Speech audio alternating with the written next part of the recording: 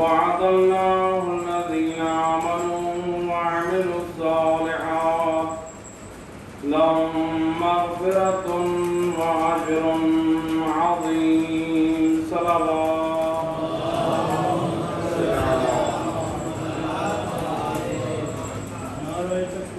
اللہ یا رسول اللہ یا علی زندہ باد زندہ باد مردہ باد مردہ باد. اللہم صلی علی محمد. اور باب اعظم قرآن کریم کی جس مختصر آیت مجیدہ کو موضوع قرار دیا ہے، ارشاد رب العزت ہو رہا ہے اللہ کا وعدہ ہے ان لوگوں سے جو ایمان والے ہیں اور عمل صالح بجا لانے والے ہیں. کیا اللہ کا وعدہ ہے؟ اللہ فرمانا ہے میرا وعدہ ہے لہم مغفرۃ واجر عظیم، میں اللہ ان کو معاف بھی کر دوں گا اور ان کے لیے اجر عظیم بھی ہے. لیکن اللہ نے وعدہ کیا ہے قرآن میں جو بیان کیا ہے مغفرت کا اور اجر عظیم کا جو تمغہ اللہ نے دیا ہے، اللہ فرماتا ہے وہ ہر شخص نہیں ہے بلکہ وہ خوش نصیب ہے جو ایمان والا ہو، یعنی جس کے دل میں علی اور اولاد علی کی محبت ہو. اور دوسرا فرمایا وَعَمِلُوا الصَّالِحَاتِ، اور جو اعمال صالح والا ہو. گویا اس کو میں اپنے الفاظ میں ترجمہ آیت کا یوں کروں، اللہ فرماتا ہے میرا ان علی والوں سے وعدہ ہے جن کے دلوں میں نور ولایت علی ہو، وجود میں کردار علی ہو.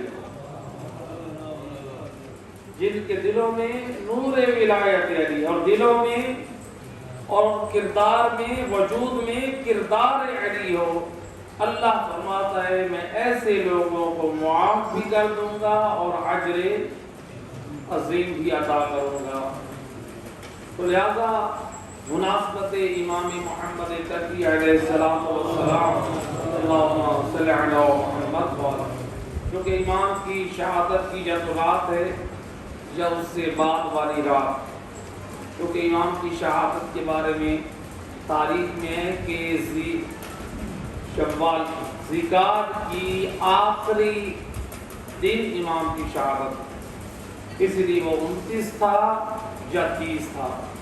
تو لہذا امام فرماتے ہیں ہمارا مومن وہ ہے جو جفرا بفرحنا، جو خوش ہوتا ہے ہماری خوشیوں میں، وَيَحْزُنُ بِحُزْنِنَا، اور ہمارے غموں میں غمزدہ ہوتا ہے. یعنی یہ محب اور موالی کی اہل بیت نے پہچان بتائی ہے، جب ہماری خوشی کے ایام ہوں تو وہ خوش ہوگا اور جب ہمارے غم کے ایام ہوں گے تو وہ غمزدہ ہوگا. تو یہ ایک مومن کے اوپر ایک حق ہے آل محمد کی ولایت و محبت و مودت کا. ایک صلوات پڑھتے محمد.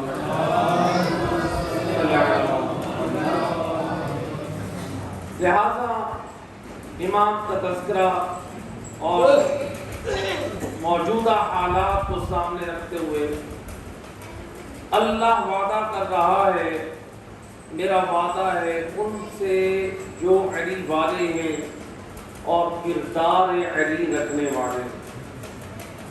آج جو دنیا جہاں میں جو ناصبیت اور خارجیت اپنے بغض اور نفرت کا جو اظہار کر رہی ہے، آل محمد کے حق میں مختلف مقامات اور مختلف اوقات میں جو جسارتیں کر رہی ہیں، حقیقت میں وہ اپنا تعلق اور رشتہ بتاتے ہیں کہ ہم کون ہیں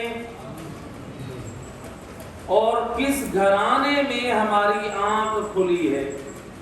ورنہ یہ تو فیصلہ 1400 سال پہلے سید الرسل نے لسان وحی سے فرما دیا تھا جو حضرت ابو ذر غفاری جب آپ شام گئے تھے تو شام کے چوکوں پہ کھڑے ہو جاتے، گلیوں میں جاتے، دربار کے سامنے کھڑے ہو کر کہتے ایھا الناس، اے لوگو میں نے نبی کی زبانی خود اپنے کانوں سے سنا ہے۔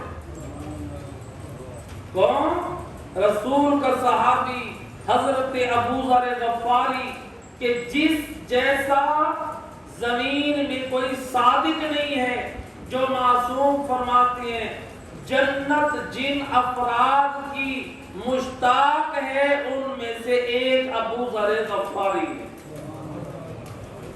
یہ وہ ابو ذر غفاری جو علی مولا کی عظمت کے ترانے پڑھ رہے ہیں۔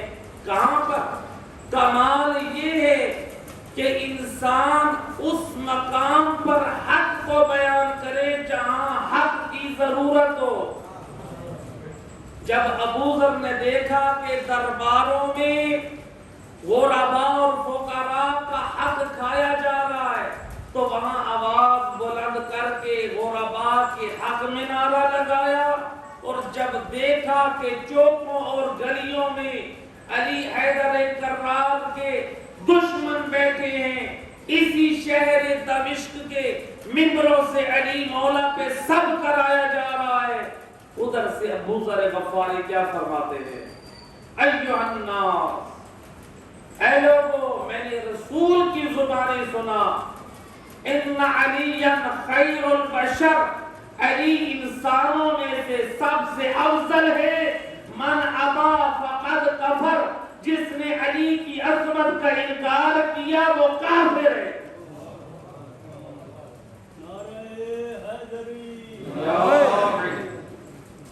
وہ کیا ہے؟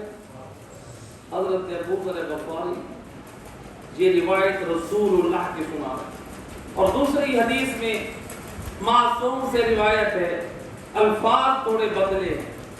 فرمایا اتبو، امام صادق علیہ السلام سے روایت ہے، اللہم صلی علی محمد، امام فرماتے ہیں اتبو اولادکم بحب علی ابن ابی طالب، فرماتے ہیں اپنی اولادوں کو محبت علی سے باادب بناؤ، من ابا ہو، جو محبت علی کو پیش کرنے کے وقت علی کی محبت کا انکار کر دے، فَلْيَنْظُرْ فِي شَانِ أُمِّهِ، جا کر اس کی ماں کی تحقیق کرو، خیانت کی ہے یا امانت کی ہے۔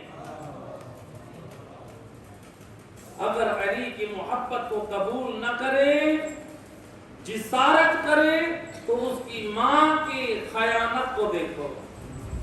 ہمیں تو بڑی خوشی ہو رہی ہے، یہ جو خارجیت اور جو بغض آل محمد کا اظہار کر رہے ہیں وہ حقیقت میں کھل کے واضح ہو کے سامنے آ رہے ہیں اور بتا رہے ہیں کہ خیانت کہاں ہوئی ہے، جس کے نتیجے میں آج آل محمد کے حق میں جسارت کر رہے ہیں۔ تو لہذا اس لیے ائمہ اہل بیت کی بڑی تاکید تھی۔ سید الرسل نے اپنے زمانے میں اور ائمہ ہدیٰ نے اپنے زمانے میں اہل بیت کے فضائل اور کمالات کو بیان کیا ہے۔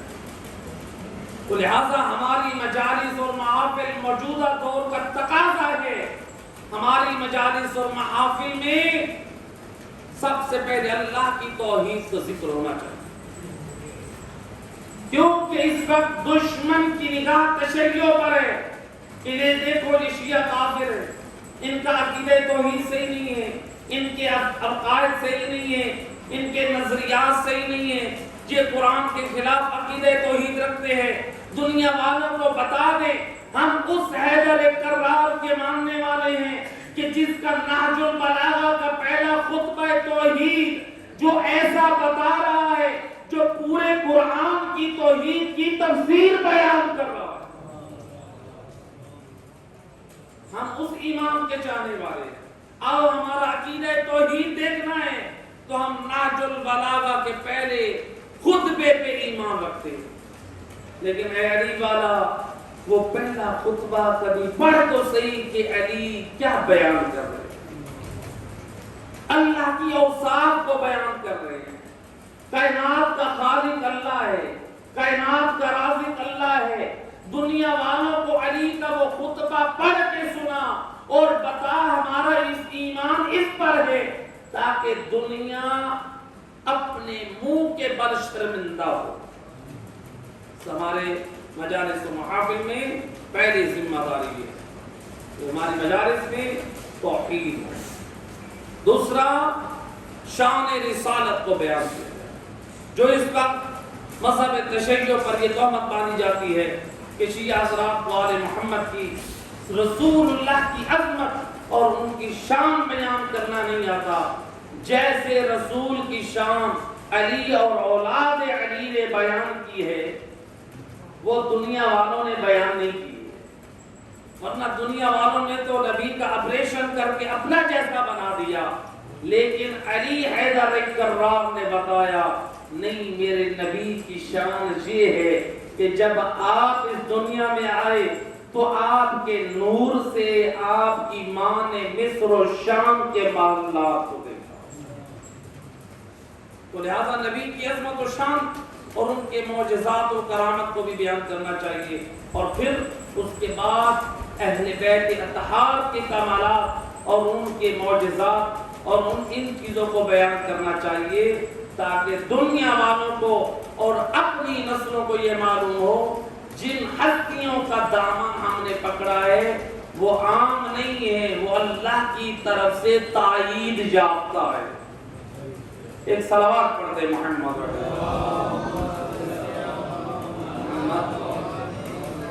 روایت ہے، حضرت جابر بن عبداللہ انصاری کہتے ہیں ہم اصحاب رسول مسجد النبوی میں آئے تو اتنے میں رسول اللہ علی مولا کا ہاتھ پکڑے ہوئے مسجد میں داخل ہوئے۔ رسول اللہ فرماتے ہیں اور میرے اصحاب کیا تم گمان کرتے ہو کہ تم مجھ نبی سے محبت کرتے ہو؟ اصحاب نے کہا نعم یا رسول اللہ، جی یا رسول اللہ، ہماری جانیں آپ پہ قربان، ہم آپ سے محبت کرتے ہیں۔ سید الرسل علی حیدر کرار کا ہاتھ پکڑے ہوئے ہیں اور لسان وحی سے مسجد النبوی میں اصحاب کے سامنے بول کے فرماتے ہیں قاذبا من زعم انہ یحبنی ویبغض ھذا، بدگمان اور جھوٹا ہے وہ شخص جو یہ دعویٰ کرتا ہے میں نبی سے محبت کرتا ہوں در حالانکہ وہ علی سے بغض رکھتا ہے۔ میرا حبدار وہی ہے جو علی کا حبدار ہے۔ ایک صلوات پڑھ دے محمد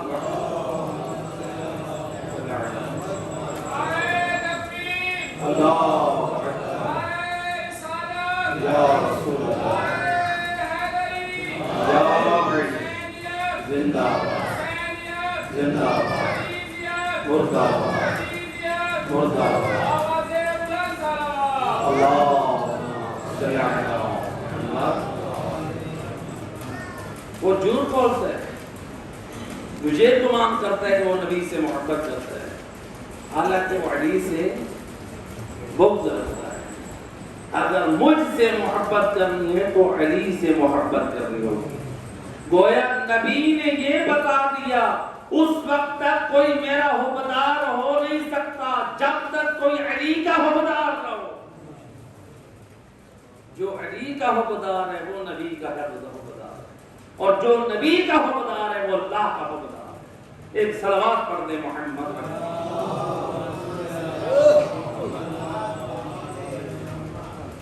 امام محمد تقی اللہم صلی علی محمد، آپ کا نام محمد اور آپ کی کنیت ابو جعفر جو مشہور ہے۔ ایک اور کنیت ہے امام کی ابو علی، ابو علی، چونکہ امام علی نکی کے بابا ہیں اسی لیے۔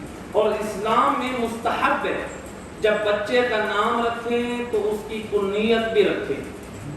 تو اب دیکھیں امام کا نام محمد ہے، کنیت ابو علی ہے، معصوم فرماتے ہیں جس بچے کا نام محمد ہو اور کنیت ابو علی ہو اللہ اس کو شیطان کے شر سے محفوظ رکھتا ہے۔ یعنی جن ناموں کی یہ برکت ہے، جن ہستیوں اور ذاتوں کے اسماء کو اللہ نے اتنا مبارک قرار دیا، تو اسی لیے معصوم فرماتے ہیں کہ لم يدخل الفقر بیتا فیہ اسم محمد، اس گھر میں کبھی محتاجی، فقیری، تنگ دستی داخل نہ ہوگی فیہ اسم محمد، جس میں نام محمد ہو۔ اللہم صلی علی محمد او احمد، یا جس گھر میں نام احمد ہو، او علی، اب الحسن والحسین، او عبداللہ، او جعفر، او طارق، او فاطمہ من النساء۔ معصوم فرماتے ہیں جس گھر میں یہ پاک اسماء ہوں گے، ان اسماء کے صدقے میں اس گھر میں نہ کبھی تنگ دستی داخل ہوگی نہ پریشانیاں داخل۔ ایک صلوات پڑھ دے محمد صلی اللہ علیہ وسلم۔ یہ وہ امام، آیا ایک شخص امام کی خدمت میں، یبنا رسول اللہ، میری بیوی حاملہ ہے، میرے حق میں دعا کریں کہ اللہ مجھے فرزند عطا کرے۔ امام علیہ السلام نے دعا فرمائی اور آپ نے فرمایا اللہ تجھے فرزند عطا کرے گا۔ امام گویا امام نے یہ بتا دیا مرکز ذات الہی ہے، اہل بیت وسیلہ ہیں، تو لہذا امام نے، اور جب اس کو اولاد ہوئی تو اللہ نے فرزند عطا کیا۔ جو امام نے دعا کی تھی گویا تائید بھی ہو گئی معصوم ہستی کی، اور امام نے تعلیم بھی بتا دیا، اے دنیا والو مرکز اللہ کی ذات ہے، ہم اولاد محمد وسیلہ ہے۔ اہل بیت کا امام کی وہ ہستی ملتا ہے کہ امام ایک مرتبہ بغداد سے مدینہ کی طرف جا رہے تھے۔ بغداد میں ایک مقام پر خشک بیری کا درخت تھا۔ امام نے وضو کیا، وضو کرنے کے بعد امام نے نماز پڑھی۔ راوی کہتا ہے امام علیہ السلام نے جب وضو کیا اس بیری کے درخت کے بعد ہم نے دیکھا جو خشک بیری کا درخت تھا سالوں سال سے اس میں تر و تازہ پتے بھی آ گئے اور اس میں بیر کا پھل بھی آ گیا۔ یہ امام کے وضو سے بابرکت پانی کی یہ تاثیر ہے۔ اور ہمارے بہت بڑے محدث گزرے شیخ مفید رحمت اللہ علیہ جو محسن مذہب تشیع ہیں، جو سردار مذہب تشیع ہیں، کہ جنہوں نے مذہب تشیع کی بڑی خدمت انجام دی ہے اور ان کی کتب کے ترجمے بھی ہو چکے ہیں، معتبر تاریخ کے حوالے سے ائمہ اہل بیت کی موجود ہیں، شیخ مفید رحمت اللہ علیہ کی۔ وہ کہا کرتے تھے، انہوں نے نقل کیا ہے کہ میں نے اس درخت کی بیری کا پھل بھی تناول فرمایا، یعنی کتنے سو سال وہ بیری کا درخت موجود رہا، لیکن وقت کے گزرنے کے ساتھ زمانے کے ناصبی اور خارجیوں نے دشمنی اور بغض آل محمد میں اس بیری کے درخت کو جڑ سے کاٹ دیا۔ اہل بیت کی عظمت اور شان برداشت نہیں ہے، یعنی وہ درخت جس نے اس وضو کے پانی کی برکت لے کر بتا دیا اے دنیا والو آل محمد وہ ہے، آل محمد وہ ہے کہ اگر ان کے بدن سے پانی مس ہو کے مل جائے تو مردہ کو زندگی مل جاتی ہے۔ تو لہذا اگر تم اپنی زندگی چاہتے ہو، آخرت کی زندگی میں کامیابی چاہتے ہو تو آل محمد کے دروازے پہ آ جاؤ۔ تو لہذا لیکن دشمنوں سے یہ برداشت نہیں ہے. ان کی فضیلت، ان کی عظمت، یہ ہستیاں وہ ہیں کہ جن کا وجود دنیا والوں کے لیے اللہ نے ہدایت کا مرکز قرار دی. صلوات پڑھ دے محمد.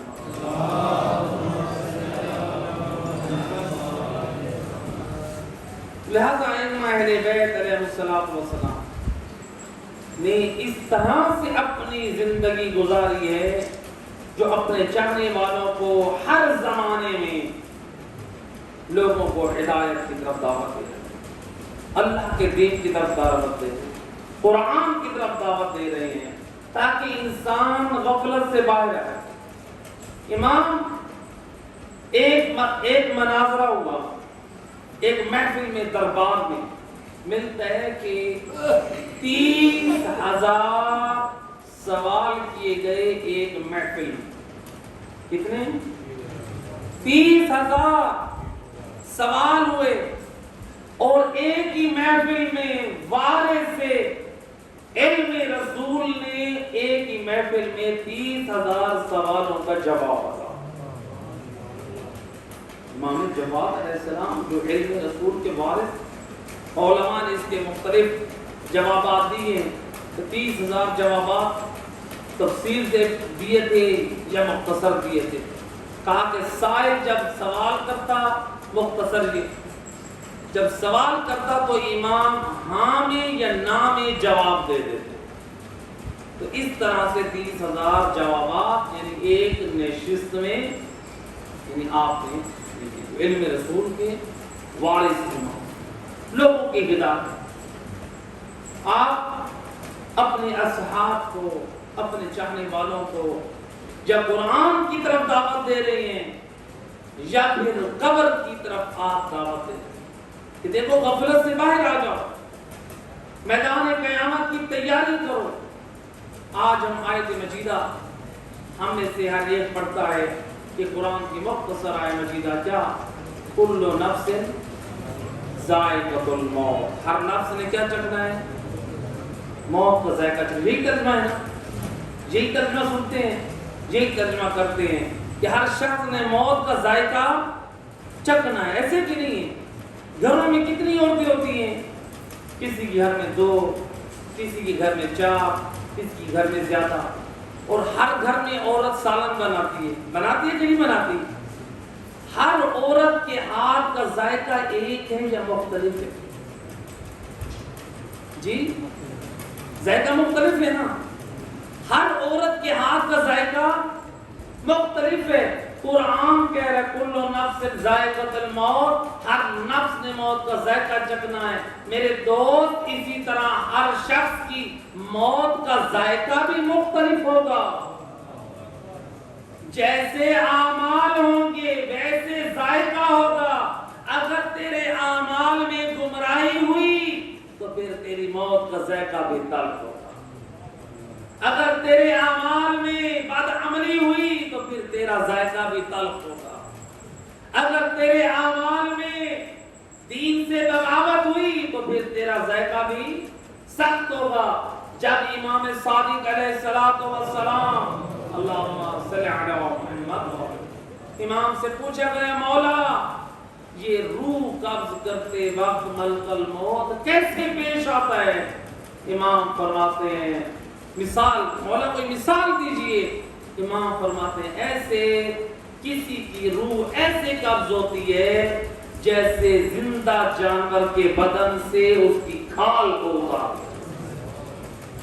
کیسے تڑپتا ہے؟ امام فرماتے ہیں بعض لوگوں کے ساتھ ایسے روح کے وقت سختی سے کام لیا جاتا. پوچھا، کسی نے پوچھا مولا اور کوئی مثال؟ امام فرماتے ہیں جیسے خاردار جھاڑیوں پہ محمل کا کپڑا ڈال کے اس کو کھینچا جائے تو وہ کیسے نکلے گا؟ کہتے ہیں مولا وہ تو تار تار ہو جائے گا. امام فرماتے ہیں بعض لوگوں کی روح بھی ایسے ہی نکلتی. لیکن امام فرماتے ہیں بعض لوگ جو ہمارے حقدار، ہمارے نور ولایت علی رکھنے والے اور ہماری سیرت و کردار کو اپنانے والے ہیں، ان کی روح ایسے نکلتی ہے جب کسی کو پھول سے جاؤ تو خوشبو محسوس کرتا ہے، جب روح نکلتی ہے وہ بھی فرق محسوس کرتا ہے۔ ایک اور حدیث زمانہ بھی یہاں بیان کر دو۔ آپ ماشاءاللہ علماء خطباء سے سنتے ہیں کہ جب مومن قبر میں جاتا ہے اس کی قبر میں کچھ نور آتے ہیں کہ نہیں آتے؟ سر والی طرف ایک نور آتا ہے جو سب سے روشن نور ہوتا ہے، سب سے بڑا نور، کچھ سینے کی طرف، کچھ دائیں طرف، کچھ بائیں طرف، کچھ پاؤں کی طرف۔ یہ جو سردار نور ہے یہ پوچھتا ہے دائیں طرف والے تم کون ہو؟ وہ کہتے ہیں ہم اس کی نماز ہیں، ہم اس کا حج ہیں، ہم اس کا روزہ ہیں۔ یہ بائیں طرف والے تم کون ہو؟ کہا ہم اس کے رشتہ داروں سے یہ تعلق، یہ تلاوت قرآن، فلاں عمل، یہ بیان کیا جاتا ہے۔ جو پاؤں کی طرف سے یہ کون ہے؟ کہا کہ یہ صدقات و خیرات، یہ خمس و زکات، راہ خدا میں خرچ کرنا، غریبوں کی مدد کرنا، ہم یہ وہ مال ہیں، ان اعمال کا نور ہے۔ اب یہ سارے نوروں نے اپنا تعارف کرا دیا، اب یہ سارے نور بجک زباں ہو کر بولتے ہیں تو کون ہے؟ وہ کہتا ہے میں وہ نور ہوں جس کی وجہ سے تم سارے قبول ہوئے، میں ہوں نور ولایت آل محمد۔ ایک صلوات پڑھ دے محمد و اہل بیت۔ میں وہ نور ہوں جو تمہارا سردار بن کر آیا ہوں۔ تو لہٰذا یہاں پر ایک نقطہ عرض کر دوں، قبر میں یعنی اعمال کے بھی نور آئیں گے اور عقیدے کا بھی نور آئے گا، لیکن اگر کسی کے دامن میں اعمال نہیں ہیں، اعمال نہیں ہے تو وہ قبر میں نور کیسے ہوگا؟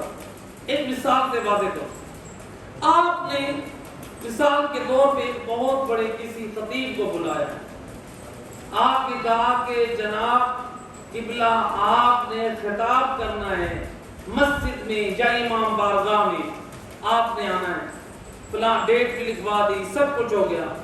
وہ پہنچے، سب کچھ، منبر بھی لگا ہے، دریاں بھی بچھی ہیں، سب کچھ ہے، لیکن مجمع نہیں۔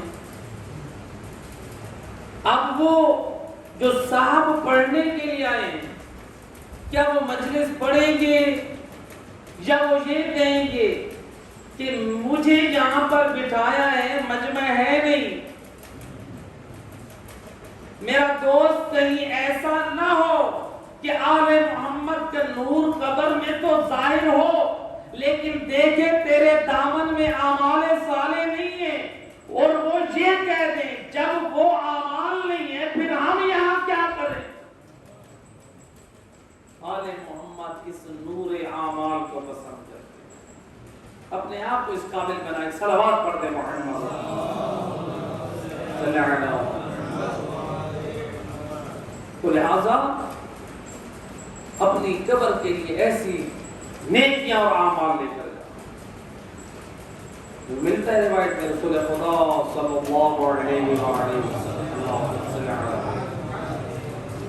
آپ فرماتے ہیں جو شخص 5 وقت نماز پڑھتا ہے، ہر نماز کے بعد اسرائیل آ کے اس سے مصافحہ کرتا ہے۔ حضرت اسرائیل کیا کرتے ہیں؟ ہر نماز کے بعد اس سے مصافحہ کرتے ہیں۔ جب روح قبض ہونے لگتی ہے، حضرت اسرائیل یا موت کا فرشتہ کہتا ہے اے بندے خدا، تو نے اللہ کے حق کو ضائع نہیں کیا، تیرا مجھ پہ حق یہ ہے میں تیری روح آسانی سے قبض کروں۔ اللہ کے حق ہے، اللہ کے حق کو ادا کریں، پھر دیکھیں آپ کا حق کیسے ادا ہوتا ہے۔ تو لہذا نماز کو معمولی نہ سمجھیں، نماز کو کبھی ہلکا نہ سمجھیں۔ روایت میں ملتا ہے کہ ایک مرتبہ رسول خدا صلی اللہ علیہ وآلہ وسلم، اللہم صلی آپ کے پاس حضرت جبرائیل امین وحی لے کر نازل ہوئے. سید الرسول نے ایک آواز سنی نبی کے، ایک آواز سنی، پھر اس کے بعد دیکھا جبرائیل امین کے چہرے پہ تغیر آیا، تبدیلی، رنگ کا بدلاؤ. فرماتے ہیں اے جبرائیل یہ آواز کیسی اور تیرے گھبراہٹ اور تیرے چہرے پہ یہ خوف کیسا؟ کہتے یا نبی اللہ، جہنم کے ساتویں طبقے میں ایک کنواں ہے، اس کنویں میں 13 سال پہلے ایک پتھر ڈالا گیا تھا جو آج اس کنویں کی تہ میں پہنچا ہے، جہاں پر یعنی مختلف قسم کے عذاب الہی ہیں. جہنم کا 7واں طبقہ، اس طبقے میں کنواں جہاں پر عذاب الہی. اللہ کے رسول فرماتے ہیں جبرائیل امین یہ کن بدبخت اور بد نصیبوں کے لیے یہ کنواں ہے؟ یا رسول اللہ یہ وہ لوگ وہ مجرم اس کنویں میں جائیں گے جو بے نمازی، جو لوگ بے نمازی. اللہ کے رسول فرماتے ہیں من ترک الصلاۃ متعمدا فقد کفر، جس نے ایک نماز چھوڑ دی جان بوجھ کے وہ مجھ رسول کی نگاہ میں کافر ہے. نبی کہہ رہے ہیں، نبی، میری اور آپ کی بات نہیں ہے، کسی عالم کی بات نہیں ہے، کسی مجتہد کی بات نہیں ہے. سید الرسول نے اس زبان سے فرمایا جس زبان سے قرآن دیا، جس زبان سے علی کے حق کا اعلان کیا، اس زبان سے نبی نے فرمایا. ایک صلوات پڑھتے محمد صلی اللہ علیہ وسلم. نماز تو معمولی نہ سمجھو میرے دوستو، نماز بہت اہم چیز ہے.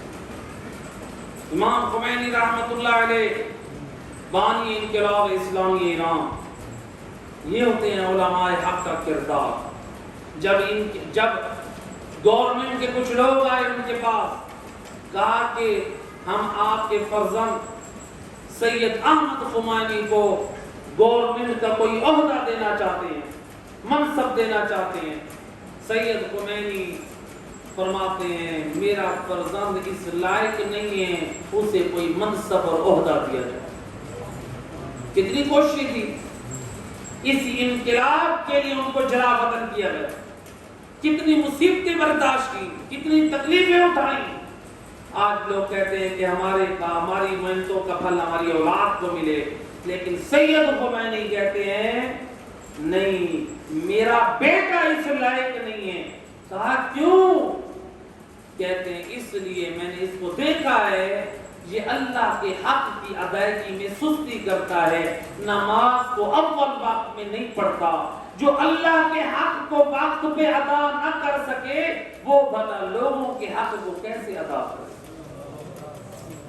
اللہ، یہ ہے علماء ربانی کا کردار. تو جو اللہ کا حق وقت پہ ادا نہیں کرتا وہ لوگوں کا حق کیسے ادا کرے گا؟ اسی لیے امام جعفر صادق علیہ السلام امام فرماتے ہیں امتحنوا شیعتنا عند مواقیت الصلاۃ، ہمارے شیعوں کا امتحان لو، اگر اول وقت میں نماز پڑھتے ہوئے نظر آئیں تو وہ ہمارے شیعہ ہیں، اگر نماز کے وقت نماز نہ پڑھیں وہ جو کچھ کرتے رہیں سب کچھ تو ہو سکتے ہیں، ہم آل محمد کے شیعہ نہیں ہو سکتے. امام نے فیصلہ کر دیا ہمارا شیعہ وہ ہے جس کو نماز کے اول وقت میں پہچانا ہے، اور یہی تو درس ہمیں کربلا میں ملا. امام حسین نے کربلا میں کیا کیا؟ صبح سے لے کر ظہر کی نماز تک تقریباً 50 سے زیادہ اصحاب شہید ہو چکے. کتنے؟ 50 سے بھی زیادہ. ان اصحاب کے لاشیں کربلا میں پڑے. امام حسین ان کے عزادار تھے جی، ان کے عزادار تھے یا نہ تھے؟ ہم ان کے عزادار ہیں. اب میرا سوال ہے ہم عزادار زیادہ ہیں یا امام حسین زیادہ تھے؟ جی وہ تو اپنی آنکھوں سے دیکھ رہے ہیں، امام تو رو بھی رہے ہیں، ان کے رخساروں میں رخسارے بھی رکھتے ہیں، ان کو خیموں میں ان لاشوں کو لے کر بھی آئے، لیکن ان سارے لاشوں کو چھوڑ کر ان پر گریہ روک کر زہرا کے لال نے وقت نماز مصلی ریت پہ کہا اللہ اکبر. دنیا والوں کو بتا دیا اب کربلا کے مقصد کو سمجھو. حسینیت کس چیز کا نام؟ ایک صلوات پڑھ دے محمد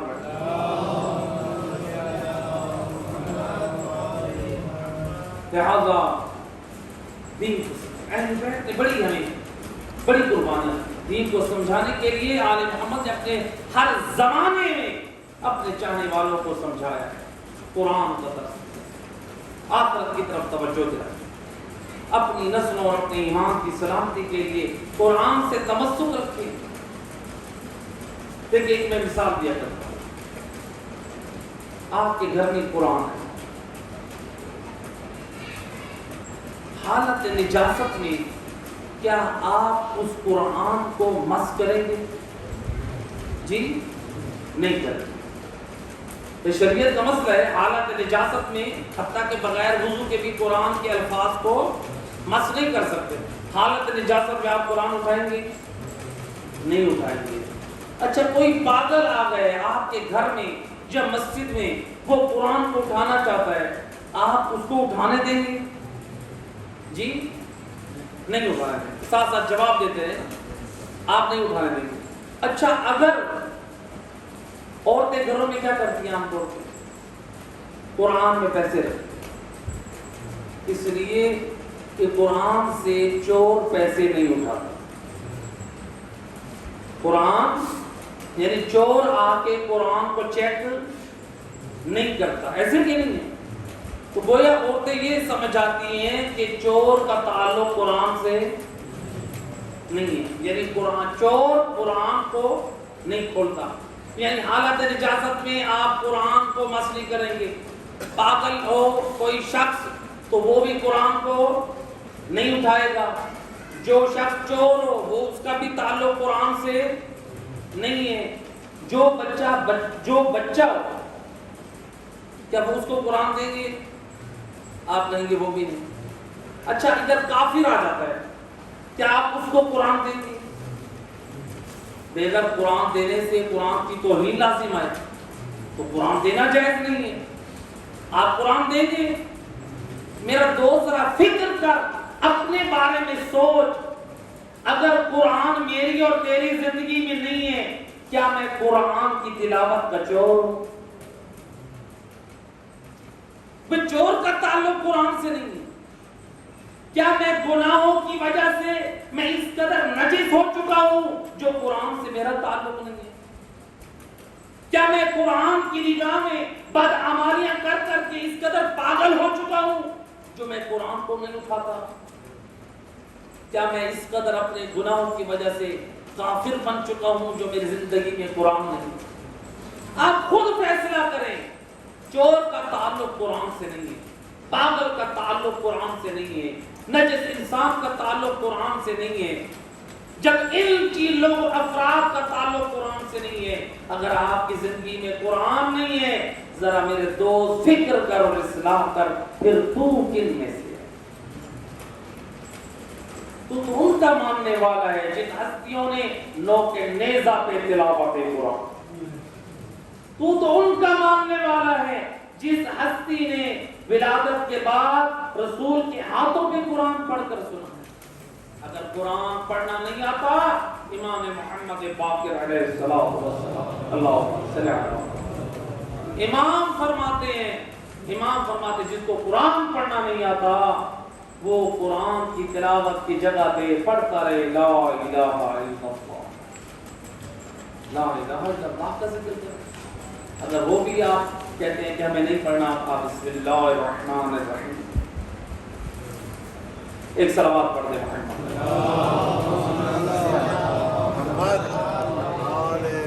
بارے دیگر باواز بلند صلوات.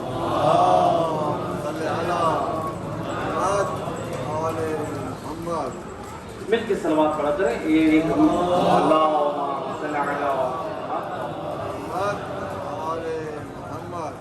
صلوات اس قدر مقبول عمل ہے. امام علی رضا علیہ السلام امام فرماتے ہیں یہ صلوات 3 شہادتوں پر مشتمل ہے۔ امام نے یہ بھی مشکل حل کر دی۔ امام فرماتے ہیں وہ اپنی مرضی کو شامل نہ کر دین میں، امام فرماتے ہیں صلوات نام ہے اللہ کی وحدانیت کے اقرار کا، رسول کی رسالت کا، ہم آل محمد کی ولایت کا۔ کیسے؟ جب کوئی شخص کہتا ہے نا اللہم، یہ وہ کہتا ہے جو اللہ کی توحید کا اقرار کرتا ہے۔ آگے کہا صلی علی محمد، یہ وہ کہے گا جو رسول کی رسالت کا اقرار کرتا ہے، اور جو آگے کہے گا وآل محمد، امام فرماتے ہیں یہ وہ کہتا ہے جو ہم اہل محمد کی ولایت کا اقرار کرتا ہے۔ گویا صلوات مشتمل ہے 3 شہادتوں اور ولایتوں پر۔ آج دنیا کہتی ہے ہمیں نماز میں ولایت کو شامل کرنا چاہیے، جب امام کہہ رہے ہیں صلوات میں ولایت شامل ہے، مجھے اور آپ کو علیحدہ بیان کرنے کی ضرورت ہی نہیں ہے۔ امام کہہ رہے ہیں، یا تو پھر امام کو الیاذ باللہ ہم کہیں نہیں مولا، اہل بیت کی جو ہمارے پاس نمازیں موجود ہیں، امام صادق علیہ الصلوۃ والسلام، اللہم صلی علی امام کی نماز موجود ہے، کتابوں میں دیکھیں آپ، کسی مقام پہ امام نے نہیں پڑھا۔ تو لہذا جو اہل بیت نے ہمیں دیا ہے وہی ہمارا دین ہے۔ مجھے اور آپ کو حق حاصل نہیں ہے ہم دین میں اپنی مرضی کو شامل کریں۔ ولایت اہل بیت کے بغیر بھی کوئی عمل قبول نہیں ہے، اور دین میں ہماری مرضی کو بھی حق حاصل نہیں ہے۔ لہذا یہ صلوات اتنا بافضیلت عمل ہے۔ امام فرماتے ہیں جب مومن قبر میں جائے گا اور دنیا میں اس کی عادت ہوگی، یہ کثرت سے محمد وآل محمد کی ذات پہ صلوات بھیجتا ہوگا، اور جب ملائکہ آ کر کہیں گے من ربوں کا، من اماموں کا، من نبیوں کا، من قبلتوں، من کتابوں، جب یہ سوال کریں گے اس کی عادت میں ہوگا، اور جب یہ اٹھ کے بیٹھنے لگے گا تو یہ کہے گا اللہم صلی علی محمد وآل محمد۔ ملائکہ ایک دوسرے کو دیکھ کر کہیں گے آؤ چلو اس کا حساب مکمل ہو گیا، کیونکہ اس نے اللہ کی توحید کا اقرار کر دیا، اس نے نبی کی نبوت کا اقرار کر دیا، اس نے آل محمد کی ولایت کا اقرار کر دیا۔ اللہم صلی علی محمد۔ یہ صلوات اتنا بزرگ عمل ہے، لہذا ہماری زندگی میں یہ قرآن ہونا چاہیے، آل محمد کی ذات کے صلوات، یہ ذکر، یہ ہونا چاہیے۔ مومن کو کیسا ہونا چاہیے؟ ایک شخص ہے امام علی نقی علیہ السلام کی خدمت، اللہم صلی علی امام کی خدمت میں آیا، بڑا خوش تھا، السلام علیکہ یا ابن رسول اللہ۔ امام فرماتے ہیں اے بندے خدا آج بڑا خوش ہے۔ کہتے ہیں مولا آج کیوں خوش نہ ہوں میں نے آپ کے بابا علی رضا علیہ السلام سے سنا کہ جس دن مومن اپنے مومن بھائی کے حق کو ادا کرے اس دن اس کو خوش ہونا چاہیے، اور اللہ کے رسول فرماتے ہیں من سر مومنا فقد سرنی، جس نے کسی حبدار علی کو خوش کیا اس نے مجھ نبی کو خوش کیا۔ مومن کو خوش کرنا یعنی اتنا ثواب ہے، نبی فرماتے ہیں مجھے خوش کرنا ہے۔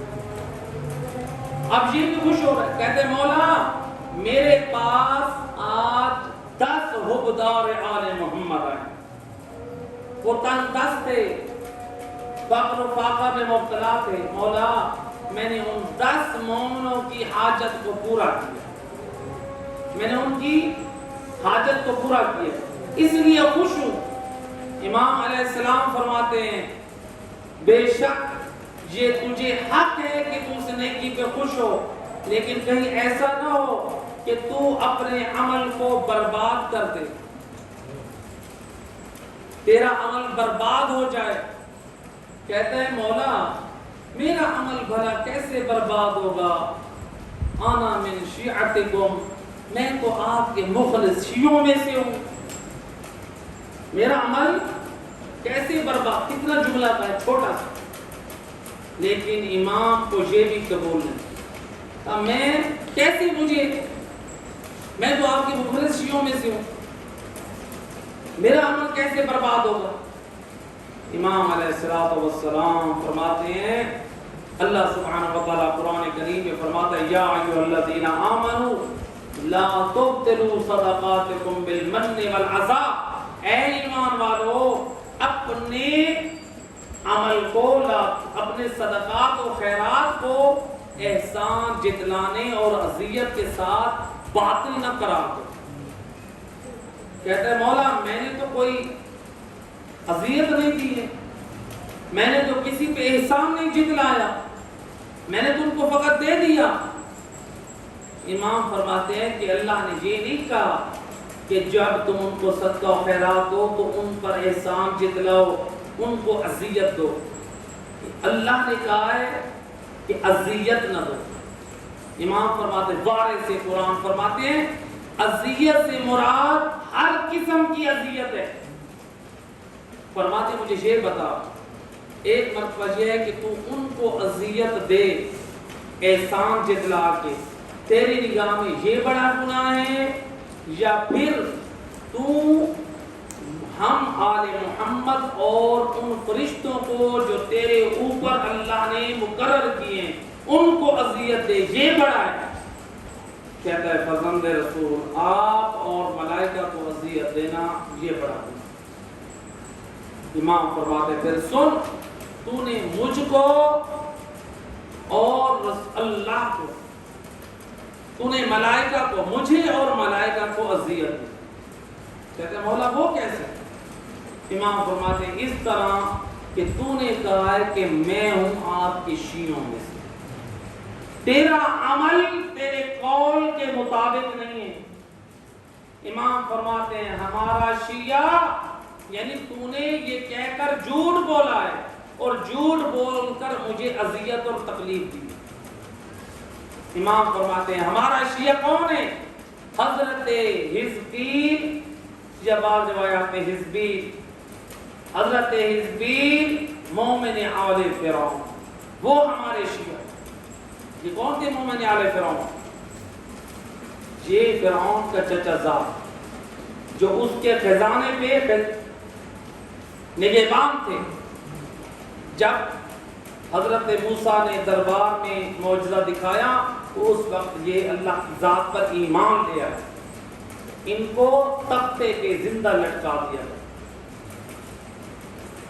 ان کی بیوی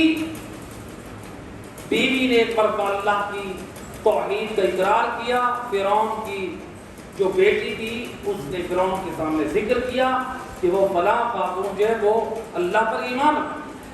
اس نے کہا کہ تنور جلتا ہوا تنور، کہا کہ تمہارے چھوٹے معصوم بچہ دودھ پیتے بچے کو اس میں زندہ جلا دو، اس رب کا انکار کرو اور میرے رب ہونے کا اعلان کرو۔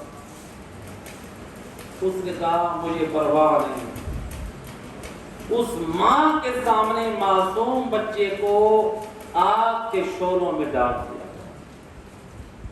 یہ تھے وہ جو اللہ کی توحید کو بچانے کے لیے اپنی جانوں کو خطرے میں ڈالے۔ پھر اسی ماں کو بھی زندہ خاک میں ڈال دیا گیا۔ امام صادق علیہ السلام، اللہم صلی علیہ، امام فرماتے ہیں جب قائم آل محمد کا ظہور ہوگا تو اس بیوی کو اور اس کے شوہر کو بھی دوبارہ زندہ کر کے امام کی خدمت گزاری کے لیے اٹھایا جائے۔ یہ کردار اتنا بلند تھا۔ امام فرماتے ہیں ہمارا شیعہ مومن آل فرعون، ہمارا مومن حضرت سلمان، ہمارا شیعہ حضرت ابو ذر، ہمارے شیعہ حضرت عمار، ہمارے شیعہ حضرت مقداد۔ امام فرماتے ہیں ان کا کردار کجا اور تیرا کردار کجا؟ اور کہتے ہیں میں آپ کا شیعہ ہوں، کہتے ہیں استغفر اللہ ربی واتوب الیہ، مولا میں استغفار بھی کرتا ہوں اور توبہ بھی کرتا ہوں۔ جب اس نے یہ کہا تو کہتے ہیں پھر مولا میں کیا کروں؟ امام فرماتے ہیں کہ میں آپ کے موالیوں اور حبداروں میں سے ہوں، میں اس سے محبت کرتا ہوں جو آپ سے محبت کرتا ہے، میں اس سے دشمنی رکھتا ہوں جو آپ سے دشمنی رکھتا ہے۔ امام علیہ السلام نے جب یہ سنا توبہ کر بیٹھا۔ امام فرماتے ہیں جو تیری اس دعوے سے تیرا عمل برباد ہو رہا تھا، اب اللہ نے اسے دوبارہ پلٹا دیا اور تیرے صدقات و خیرات کو قبول کر دیا۔ صرف یہ دعویٰ کرنا میں شیعہ ہوں، شیعہ ہونا کہنا اور بات ہے، شیعہ بن کے دکھانا اور بات۔ شیعہ بن کے دکھانا، یہ کہنا میں اپنے باپ کا بڑا خدمت گزار ہوں۔ آپ دعویٰ کر رہے ہیں خدمت ایسی کریں جو دنیا والے کہیں بڑا فرما بردار، دنیا والے کہیں بڑا خدمت گزار ہے، ایسے کردار کے بدلے آل محمد آپ کے عمل کی تصدیق کرے۔ صلوات پڑھ دے محمد۔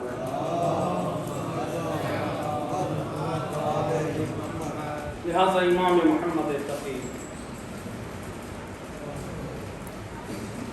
میرا مظلوم امام، روایت کہتی ہے امام جب وقت شہادت آیا تو امام کا سن 25 سال۔ تاریخ میں دو ہستیاں ملتی ہیں، معصوم ہستیاں جو عین عالم شباب میں اس دنیا سے رخصت ہوئی۔ ایک رسول ذاتی فاطمہ زہرا جس بی بی کا سن 18 سال ہے اور سر کے بال سفید، جو شکستہ پہلو والی بیوی، اور دوسرا میرا امام محمد تقی علیہ السلام جس کا سن 25 سال اور چند ماہ ہے۔ عزاداروں ملتا ہے امام گرمیوں کے ایام ہیں، امام روزے سے ہیں۔ جب امام گھر میں روزے کا وقت ہوا اپنی زوجہ سے کہتے ہیں اے فلاں روزہ افطار کرنے کے لیے کوزہ پانی کا لے آؤ۔ یہ ملعونہ دشمن خدا اس نے کیا کیا؟ شربت کا جام بھرا جس میں زہر تھا،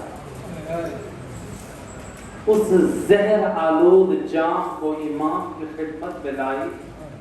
جب میرے امام نے اس شربت کو تناول فرمایا، ابھی کچھ گھونٹ نیچے اترے ہیں اور کچھ منہ میں ہیں۔ روایت کہتی ہے زہر اتنا خطرناک تھا امام کا ہاتھ اسی وقت کانپنے لگ گیا، امام کو محسوس ہونے لگ گیا کہ اس نے مجھے شربت میں زہر دے دیا ہے۔ روایت کہتی ہے امام کے اندر سے آنتے اور جگر جب کٹنے لگے، امام کبھی دائیں جھکتے ہیں تو کبھی بائیں جھکتے ہیں۔ یہ امام نے ایک مرتبہ آواز دی، امام نے فرمایا او خدا تجھے قتل کرے کہ تو نے میرے ساتھ یہ کیا کیا۔ میں کہوں گا مولا آپ کی مظلومیت کا بڑا غم ہے، مولا آپ کو زہر ملا، مولا آپ نے پانی مانگا، آپ روزے سے تھے، آپ کو پانی ملا، زہر آلود ملا، لیکن کربلا میں زہرا کا لال پانی مانگتا رہا، کوئی پانی دینے والا نہ تھا۔ اجرکم علی اللہ زدارو، روایت کہتی ہے یہ ملعونہ ہے، امام آوازیں دے رہی ہے، یہ ملعونہ نے کیا کیا؟ گھر کا دروازہ بند کر دیا اور گھر کے باہر تالا لگا دیا، اور میرا امام زہر کے اثر سے کبھی ادھر تڑپتے ہیں تو کبھی ادھر، اے امام آواز دے رہے ہیں لیکن کوئی سننے والا نہیں ہے۔ اللہ جانے کیسے میرا امام اور سیڑھیوں سے چڑھتے چھت پر پہنچے اور زہرا کا لال، اے امام جواد اپنے گھر کی چھت پہ تنہا، اور زہر سے پیا آپ نے وہ شربت، اے اتنا اثر کیا، اے امام کی روح پرواز ہوئی، اے امام چھت پہ تڑپتے رہے، اے کوئی امام کے پاس نہ تھا۔ اے روایت کہتی ہے 3 دن تک لوگ دیکھتے رہے امام کے گھر کی چھت کی دیواروں پہ پرندے آ کر بیٹھتے رہے، وہ اپنی آواز میں نوحہ اور گریہ کرتے رہے۔ اجرکم علی اللہ زادارو، جب آل محمد کے چاہنے والوں کو خبر ہوئی ہمارا امام اس دنیا میں نہ رہا، یہ حیوانات، یہ پرندے کیوں آ کر بیٹھتے ہیں، یہ عنبر استوری کی خوشبو آ رہی ہے، سمجھ گئے دروازہ بند ہے، پرندے چھت پر بیٹھے ہیں۔ یہ اس ملعونہ نے بھی کئی ذکر کر دیا، خبر پھیل گئی، اب لوگ پہنچے ہیں دربار میں، ہمارے امام کا جنازہ ہمیں دیا جائے، لیکن دربار سے حکم ہوا کہ امام جواد کا لاشا چھت کی بلندی سے نیچے گرایا جائے۔ میں عرض کروں گا اے عزادارو، ذرا کوئی دیکھنے والا تحقیق تو کرے، اے زہرائے مرضیہ کی بھی پسلی ٹوٹی تھی، اور میرے امام کو جب چھت سے نیچے گرایا اور میرے امام کے سینے کی کتنی پسلیاں ٹوٹی۔ اجرکم علی اللہ، اے آل محمد کے چاہنے والے جمع ہو گئے، امام کا جنازہ لیا، بڑے ادب و احترام سے دفن کیا۔